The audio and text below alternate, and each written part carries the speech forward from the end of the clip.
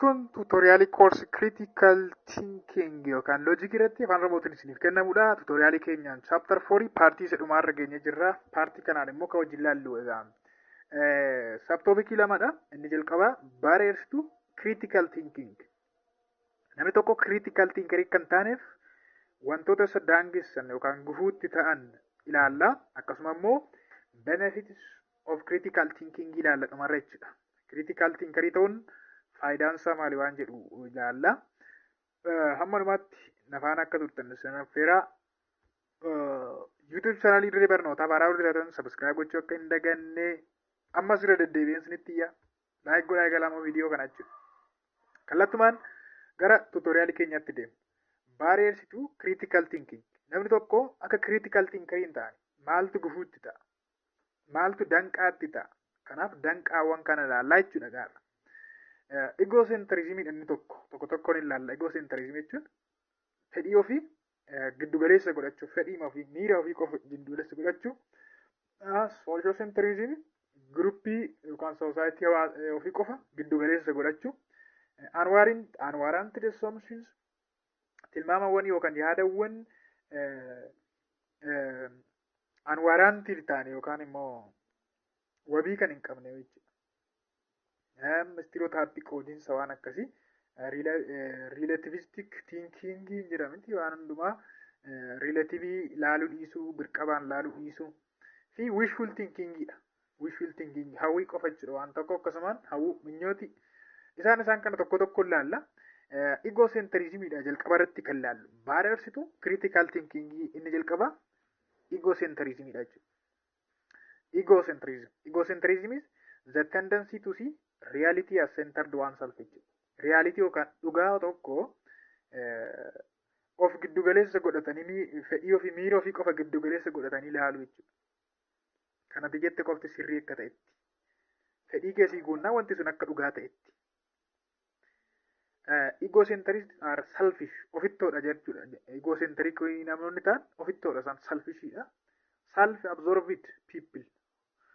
Waan hundumaa ofuma isaaniitti garuma ofii isaaniitti kan haadhan jechuudha. Akka haamtu yeroo haamtanii hin beektan. Who view their interests fedhii isaanii, dantaa isaanii, ideas yaada isaanii fi value yaada yookaan duudhaa qabatanii jiran tokko as superior to everyone else. Kan nama kamurrayyuu hin caala jedhanii namoota yaadan. Namoota akkasiidha jechuudha. Egocentristics warri jennu. Egocentrics warri jennu jechuudha. Egocentrismiin egaa baariyerii tokko, gufuu tokko jechuudha. Two common forms of egocentrism. Formii lama, bifa lama kan inni qabu, bifti inni jalqaba self-interested thinkingidha. Self-interested thinking jechuun dantaa ofii fedhii ofii qofaaf yaadu. Inni lammaffaan immoo superiority bias. Superiority biasiin immoo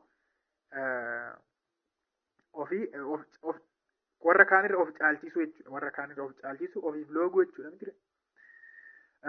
Tokko ilaalla self-interested thinking kan jedhu tendency to accept and defend beliefs that harmonize with one's self-interest jechuudha. Belief yookaan yaada tokko, amantaa tokko self-interest yookaan fedhii ofii qofaaf maal gochuu? Fedhii ofii qofaa wajjin harmonize gochuu jechuudha. Walitti firoomsu. Almost no one is immune to self-interest thinking. Immune jechuun bilisa miti. Namni kamuu self-interest thinking irraa guutumaan guututti bilisa jechuun immune jechuun hin danda'amu. Garuu digiriitu wal darba jechuudha. Critical thinkeroonni amma tokko self-interested miti. Baay'ee beekaa kun gufuu tokko beekaa kun gufuu tokko. Superiority biasiin immoo maal jechuudha? Naawunaas illusionary superiority jedhamuu hin danda'a karaa tokkoon. Illusory superiority or the better than average effect jennaan. Better than average effect. Nama nan caala jedhanii of yaadu. Tendency akkamiiti? Tendency to overrate oneself. Ofii ol kaasanii of yaadu. To see oneself as better in some respect than one actually is jechuudha. Nama biraar nan caala jedhanii yaadu. Superiority biasiidha kuni. Kun egaa egocentrismidha jechuudha. Egocentrismidha. Baararii lammaffaan sociocentrismidha. Maqaa masaarra yommuu battan society yookaan hawaasni kiyyaa hawaasa kamuu ni caaladhan hawaasa ofii sana seentarii irra ka'anii kaan jaj gochuu kun sirrii akka hin taane itti yaadu jechuudha. It is a group centered thinking and it can hinder rational thinking by focusing excessively on the group jechuudha. Excessively groupii irratti focus gochuu xiyyeeffannaa guddaa kaa'u jechuudha garee irratti. Kun immoo rational thinking maal godha hinder godha gufuutu ta'a jechuudha. Group centered thinking dha. It can distort critical thinking in many ways. Karaa adda addaatiin critical thinking distort gochuu danda'u yookaan miidhuu danda'u. Two of the most important types of sociocentrism are group bias and conformism. Isaan kana lamaan laalla. Group bias fi conformism tokko tokko laalla. Group bias kan jennu the tendency to see one's own group as being inherently better than others.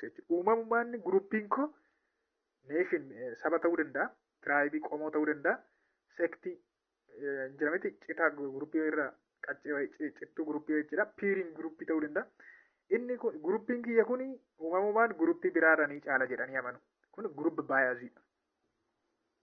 Most people absorb group bias unconsciously jechuun utuutti yaadin waan akkasii kana namoota irraa ni argitu utuutti yaadin tasuma unconsciously jechuudha yookaan immoo fedhii malee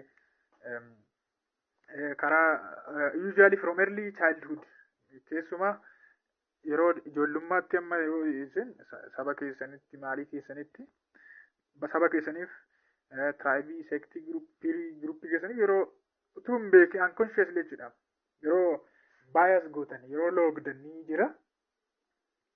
Conformism inni lammaffaan immoo conformism immoo maal ibsaa? Our tendency to follow the crowd and thinking to authority or to group standard of conduct on belief jechuudha. Conformism jechuun akka follow the crowd and thinkingly to authority manga hordofuu jechuudha yookaan immoo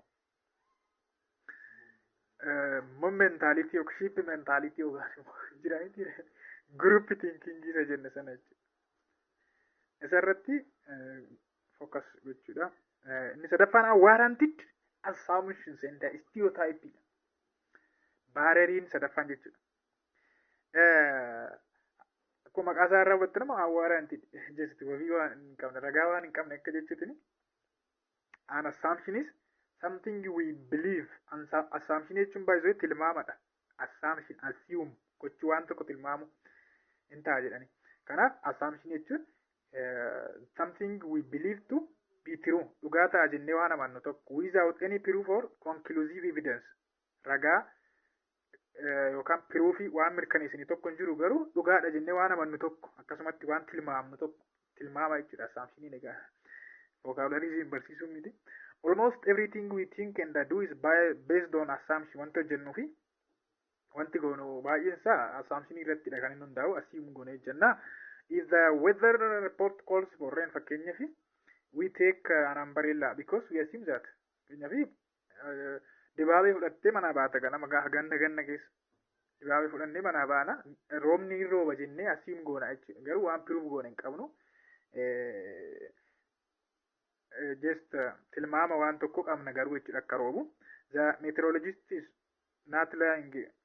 Fakkeenya meteorologistoonni har'a boruu roobaa boruu Finfinnee keessa boruu Oromiyaa iddoo akkasii keessa qilleensa akkanaatti ni oolaa jedhanii yannaan miti. The report is based on scientific analysis of weather patterns. Maal jechuudha amma sobaan jiran jechuudha maaliif evidensii wayii qabu jarri waan ta'eef. Sobaan jirani sababiin isaas scientific analysis wayii qaba xiinxalaniitu jechuudha.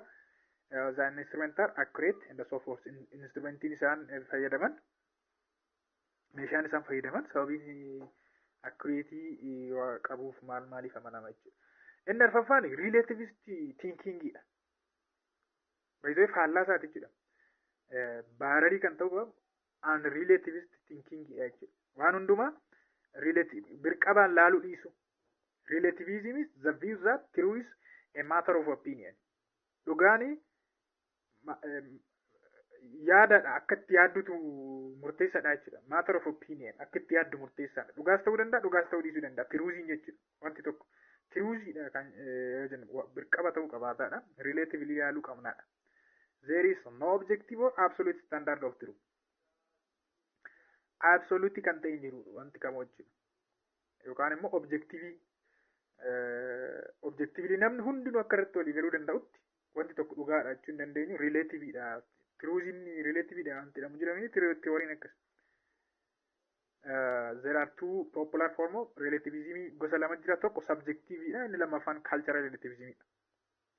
Subjectivism the view that the truth is a matter of individual opinion. Namuu akka yaadutti yaada namaa irratti hundaa'aadha. Dhugaan jechuudha. Kanaaf wanti nama tokko dhugaa ta'e nama kaaniif immoo soba ta'uu danda'a. Dhugaa ta'uu dhiisuu danda'a. Kanaaf tiruuziin subjectiveidha. Whatever an individual believes is true, wanni inni itti amane dhugaa haa ta'u, is true for that person. Namichaaf dhugaadha, namicha qofaaf dhugaadha. And there is no such thing as objective or absolute truth. Garuu nama hundaaf dhugaadha jechuu miti jechuudha. Absolute miti wanti suni yookaan objective miti jechuudha. Truths that exist independent of what anyone else believes jechuudha. Truthsni sanaa olitti argama. Akka Plaatoon jedhe. Truthsni formiidha jedhe. Mul'attu. Independently argam iddoo wayii jirti truthsni jedha. Plaatoon. Idealistii waan ta'eef jechuudha. For example, suppose Abdullah believes that abortion is wrong. Abdullah amma ulfa baasuun sirrii miti jedhee amana haa jennuuti. Isaaf sirrii miti. Bakka ulfa baasuun sirrii miti Abdullaadhaaf. And Obang believes that abortion is not always wrong. Obang immoo abortioniin yeroo hunda sirrii miti jedhee amana. Jechuun yeroo tokko yeroo sirrii ta'u jiraadha amma yaadni isaa jechuudha.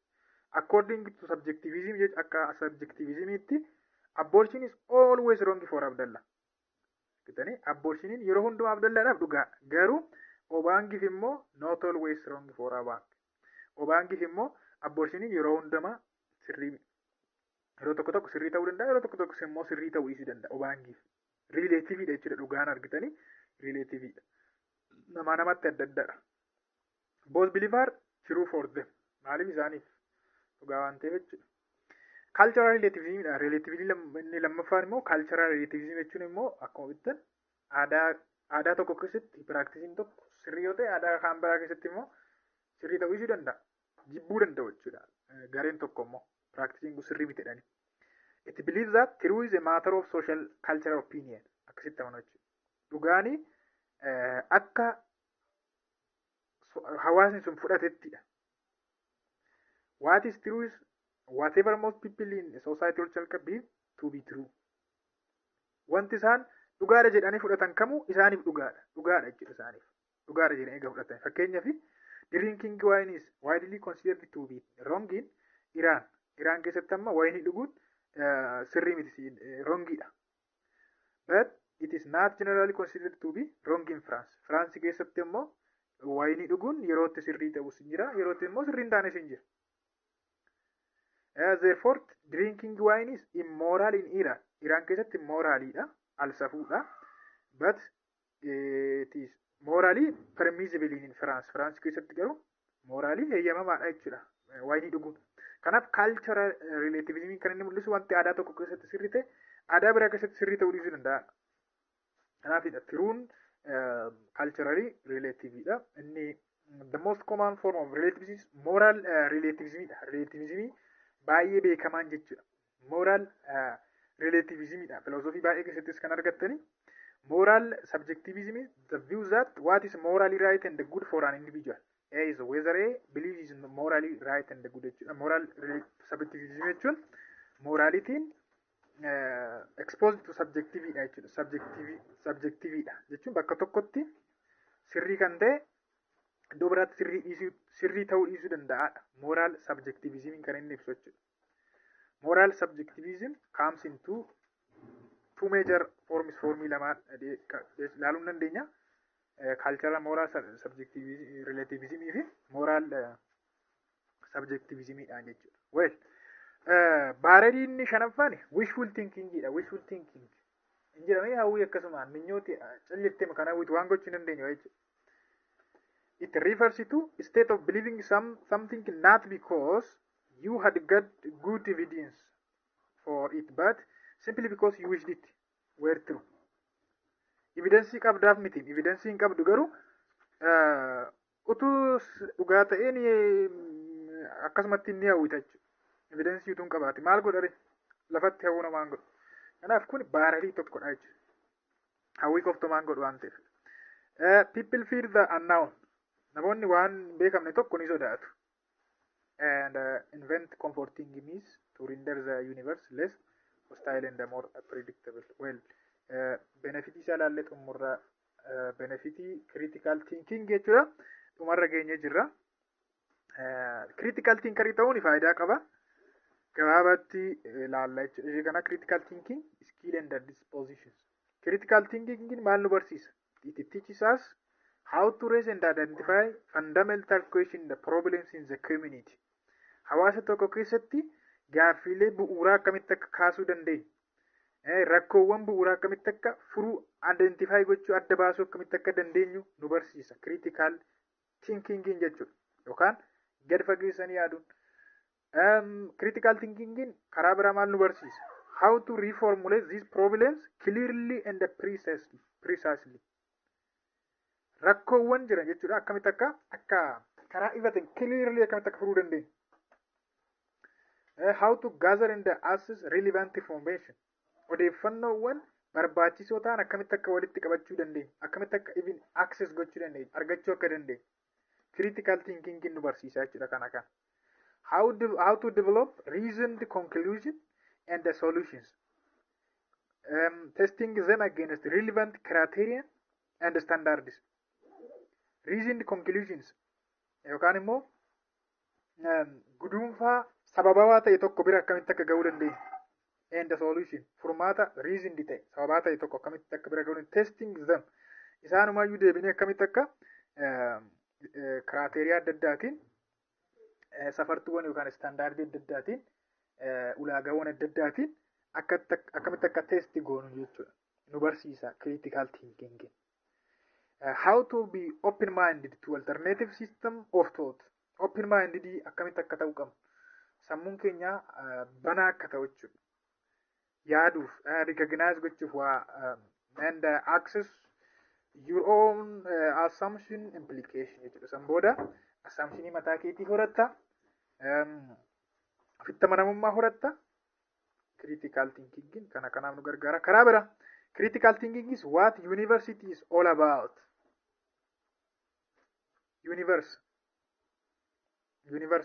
University is not only about teaching students with facts. It is about teaching students to think critically. Amma university amma sadarkaa gadiitti akkasumatti barattu calmattanii waan kitaabni barsiisan jedhu barattu. Asitti garuu hin xiinxaltu jechuudha. Waanuma cal jettanii liqimsitanii hin xiinxaltu analyze goote university jechuudha. Teaching students to think critically. University barattoota akkamitti barsiisa? Critically gad fageessanii akka yaadan barsiisa jechuudha. Malee not only about teaching students with fact. Factii qofa barsiisee inni jechuudha university. Akkamitti akka critically yaadan gargaara barsiisa. Critical thinking in the classroom. Classroom yookaan kilaasii keessatti critical thinking maal fakkaata? Students learn a variety of skills that can greatly improve their classroom performance. Barattoonni skiliiwwan adda addaa dandeettiiwwan adda addaa ni gabbifatu. Maal gochuuf classroom performance isaanii gabbifachuuf improve gochuuf jechuudha. These skill include skiliiwwan kun maal fa'aa of keessaa qabata? Understanding the arguments and the beliefs of others. Yaada nama biraa maal gochuu hubachuu. Understand gochuu. Amantaa nama biraa wanta namni tokko irratti tokko hubachuufi. Critically evaluating those arguments and the beliefs. Argumentiiwwan sana maal gochuu? Cal jennee fudhannu kaa evaluate goona hin gamaggamna jechuudha. Beliefii sanas. Developing and defending one's own well supported argument and the beliefs. San booda immoo maal goona? Kan ofii keenya develop goona jechuudha. kilaasii keessatti jechuudha. Amma kana barachuu qaban nama xiqqaate jechuudha. Hamma mana barumsaa yookaan kolleejjii turrutti jechuudha. Argumentii mataa keenya develop gochuu, biliifii mataa keenya qabaachuu jechuudha. Biliifii mataa keenya qabaachuu.